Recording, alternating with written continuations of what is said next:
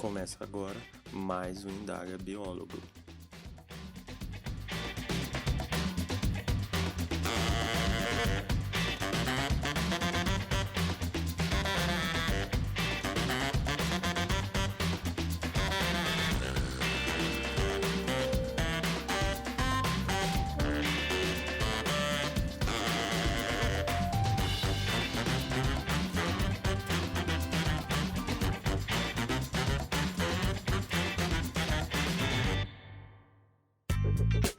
Olá pessoal, eu sou o Gabriel Messias e essa é mais uma edição do Indaga Biólogo, um podcast para falarmos sobre a profissão do biólogo. Volta e meia eu ouço essa frase: outras profissões estão roubando nossas vagas. Sempre que eu ouço isso, me pergunto se realmente a culpa é sempre do outro. Será que não tem uma parcela de responsabilidade nossa? É essa reflexão que quero propor com você nesse episódio. Mas antes de começar o nosso papo, vou deixar alguns recadinhos. Para quem não sabe, o podcast tem um canal no Telegram com compartilhamento de informações do podcast, vagas de emprego, links interessantes. Para entrar, basta conferir o link no site do Indaga Biólogo. Além disso, lá no YouTube tem um canal do podcast e semanalmente eu posto um vídeo por lá falando de diferentes assuntos. Então dá uma conferida e, se possível, se inscreva para ajudar a apoiar essa iniciativa. Dados os recados, então bora conversar?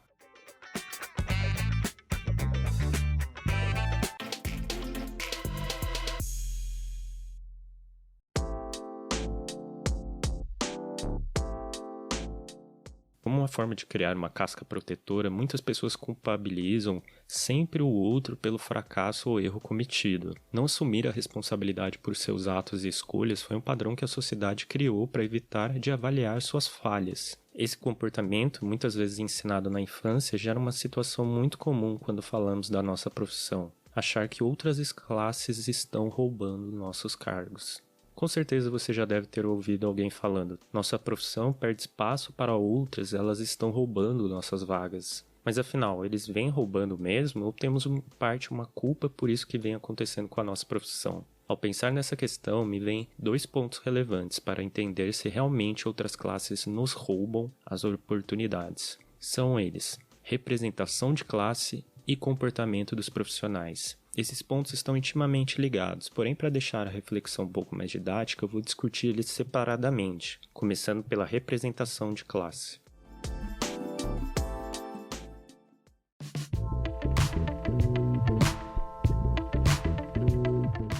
Como sempre falo, a representação de uma classe depende de uma tríade: associação, conselho e sindicato. No caso do biólogo, associações e sindicatos ainda são muito carentes.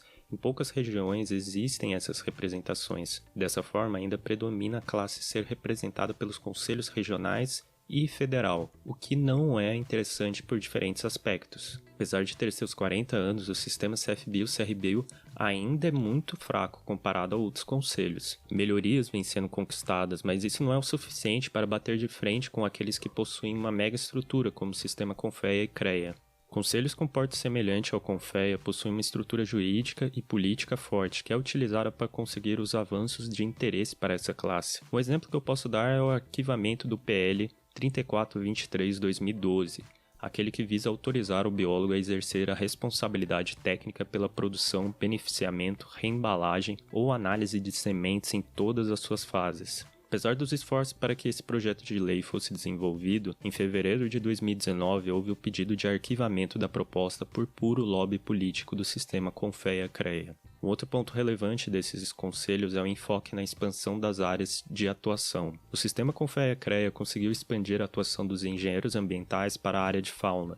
Existe a tendência desses profissionais começarem a serem reconhecidos nesse nicho do mercado. Porém, ao mesmo tempo que o Confea-CREA luta por essa possibilidade, muitos ainda fecham o rosto devido à grade curricular dos engenheiros ambientais. Por exemplo, se olharmos o curso de Engenharia Ambiental da Unesp Rio Claro, existe na grade curricular disciplinas como Biologia, Ecologia Geral e Aplicada, Ecossistemas, Avaliação e Manejo de Recursos Ambientais. Já na mesma universidade, o curso de Biologia engloba disciplinas como Invertebrados 1 e 2, Embriologia, Anatomia, Vertebrados 1 e 2, Ecologia de Populações, Ecologia de Comunidades, Fisiologia, Ecossistemas e Comportamento Animal. Enquanto o CONFEA e CREA luta pela expansão das áreas de atuação, mesmo com obstáculos, o sistema CFBio e CRBio apresenta um grande déficit e demora na regulamentação das áreas já consolidadas e outras novas para a nossa atuação. Querem um exemplo?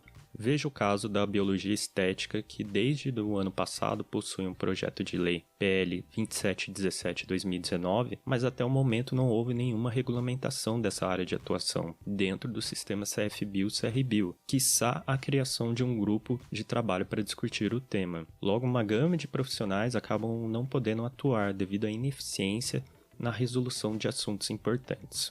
Uma meia-culpa é necessária ser feita aqui. É comum falarmos que os maiores conselhos tentam sobrepor as áreas de atuação do biólogo, sem ao menos ter profissionais que realmente são capacitados para atuar com certos temas. Porém, o sistema CFBio-CRBio também usa essa técnica. Isso aconteceu com a portaria CRBio 04, número 147/2018, que é sobre outorgas de água e que já foi revogada. Essa portaria apresentava entre as atividades coisas como realizar análise da água, monitoramento da qualidade de água, monitoramento de tempo de vazão de captação, monitoramento de fluxo residual e monitoramento de condicionantes. Porém, olhando uma das principais universidades dessa região, a Universidade Federal de Goiás, o curso de Ciências Biológicas não possui limnologia ou qualquer matéria que envolva esses assuntos como hidrogeologia, hidrologia, geociências e geoquímica. A somatória de todos esses fatos relacionados à representação da classe, no nosso caso, principalmente através dos conselhos, acaba gerando brigas judiciais que só aumentam o risco de malefícios aos profissionais, a perda de oportunidade. Um cenário que poderia ser evitado se houvesse regulamentações mais robustas por parte dos conselhos e diálogo, o que evitaria brigas judiciais eternas que só prejudicam quem necessita trabalhar.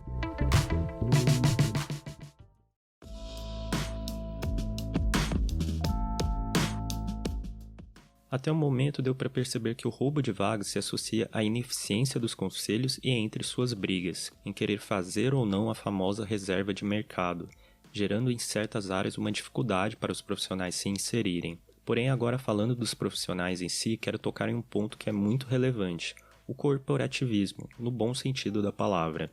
Para começar a pensar nisso, eu quero convidar você a responder algumas questões. Eu vou falar elas agora e você vai mentalmente pensando as respostas.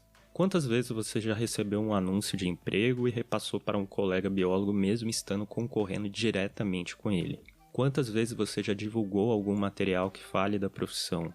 Quantas vezes você propôs falar para os outros o que a sua profissão faz? Quantas vezes você apoiou iniciativas sérias que lutam pela profissão? Para alguns, a maioria das respostas será nenhuma, um indicativo de como a nossa classe caminha para uma grande desunião, falta de corporativismo. Para exemplificar essa falta de união, quero dar um exemplo que se relaciona também à questão de representação. Fiz uma busca simples no Google com os termos engenharia ambiental mais associação. Como resposta, obtive em 2 páginas o total de 8 associações diferentes, entre elas a ANEAM, ABS, APEAM, APEA, ACEAMB, ABS-MG, AIDS e AGEA. Agora, quantos a biologia tem? 4. Uma no Distrito Federal, outra no Pará, uma no Tocantins e uma no norte de Minas. Existe também uma nacional, mas ela está sumida há algum tempo, portanto eu não considero ela nessa conta. Um fato interessante nisso tudo é que o curso de Engenharia Ambiental só foi reconhecido pelo MEC em 1994 e essa classe só começou a se registrar no CONFEA em 2000. Isso quer dizer que em 26 anos, engenheiros ambientais criaram toda essa estrutura de representação, enquanto o biólogo tem 40 anos de regulamentação e quase nenhuma associação. Esse cenário que eu falei reforça como a nossa classe é desunida. Além disso, exemplifica a necessidade de organização básica feita pelos próprios biólogos e não pelos conselhos. Muitos profissionais estão perdidos, não sabem regulamentações da profissão, não sabem quem representa a classe, não sabem quem fiscaliza, uma forma de informação gigantesca que é mais do que necessário ser combatida para que assim o biólogo reconheça a sua falha e não coloque a responsabilidade da perda de uma vaga sob culpa exclusiva de outras profissões ou conselho. Para contrapor esse desligamento entre os biólogos, seria interessante pensarmos em 3 coisas diferentes em atos relacionados a esses. A primeira delas é a cooperação.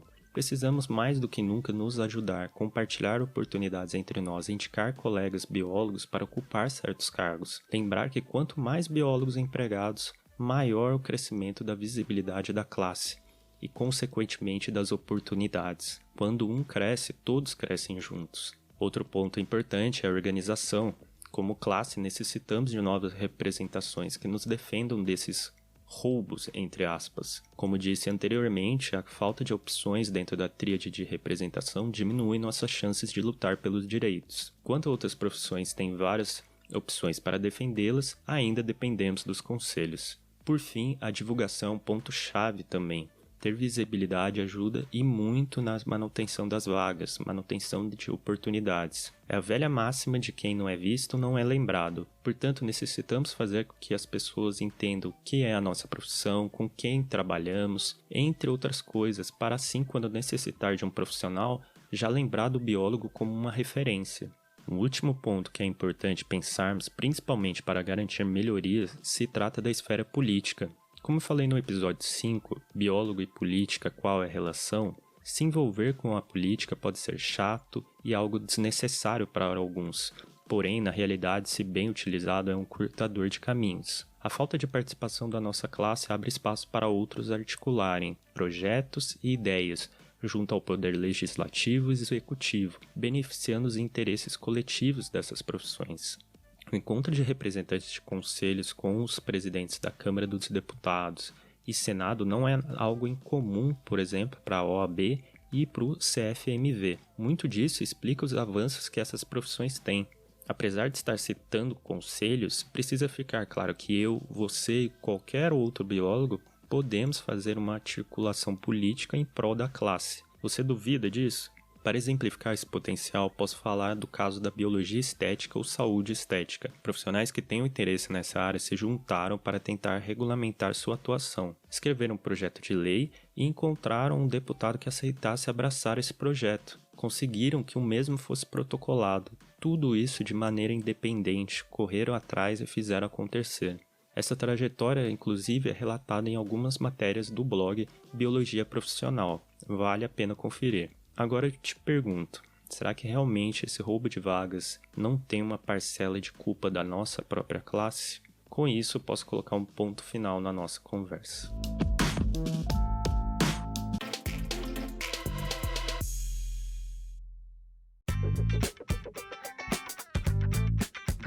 Finalizando mais o Indaga Biólogo tratando sobre os famosos roubos de vaga. Espero que o que eu falei possa ter estimulado um pouco a reflexão sobre esse assunto, para assim podermos avançar. Vou deixar todos os links do que eu citei no site do podcast, inclusive as matérias do blog Biologia Profissional, então se quiser dá uma conferida lá.